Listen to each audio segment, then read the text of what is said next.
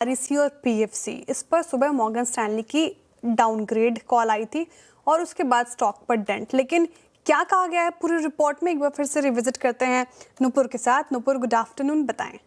Good afternoon Shreya. Brokerage house की तरफ से, मॉर्गन स्टैनली की तरफ से डाउनग्रेड यहां पर आते हुए दिखा आरईसी और पीएफसी। इंटरेस्टिंग बात यह कि पिछले साल ही इसी समय कवरेज की शुरुआत हुई थी। दोनों स्टॉक में ओवरवेट की रेटिंग के साथ कवरेज की शुरुआत हुई थी और विद इन अ ईयर यहां पर डाउनग्रेड आते हुए दिखा है।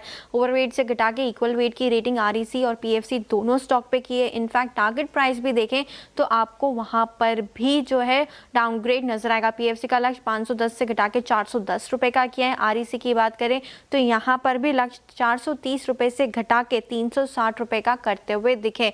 परसेंटेज टर्म में देखें तो पीएफसी का लक्ष्य 20% और आरईसी का लक्ष्य 16% तक यहाँ पर मॉर्गन स्टैनली ने जो है वो घटा दिया। अब उनका यही कहना है कि जो लोन ग्रोथ पिछले क्वार्टर में सुस्त रही थी वो आगे चलकर भी यहाँ पर म्यूटेड ही देखने को मिल सकते हैं। पिछले क्वार्टर में दोनों कंपनीज के नतीजे अनुमान से कमजोर थे। लोन ग्रोथ देखे तो वहां पर भी कमजोरी आती हुई नजर आई थी। अनुमान से कमजोरी आंकड़ा देखने को मिला था।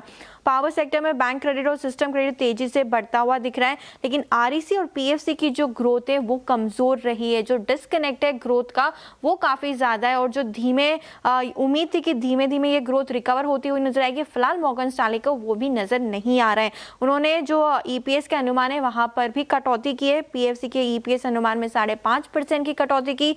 आरईसी के अनुमान में, ईपीएस अनुमान में FY 28 के 5% की कटौती यहाँ पर भी होती हुई दिखे। इनफैक्ट FY 29 की ईपीएस में भी दोनों कंपनीज की जो है वो ईपीएस 7% से यहाँ पर कटौती यहाँ पर आती हुई नजर आई है। तो मॉर्गन स्टैनली ने दोनों स्टॉक को डाउनग्रेड किया है। ओवरवेट की रेटिंग से इक्वल वेट, लास्ट ईयर की कवरेज की शुरुआत हुई थी और विद इन अ ईयर बड़ा डाउनग्रेड यहाँ पर दिखा है।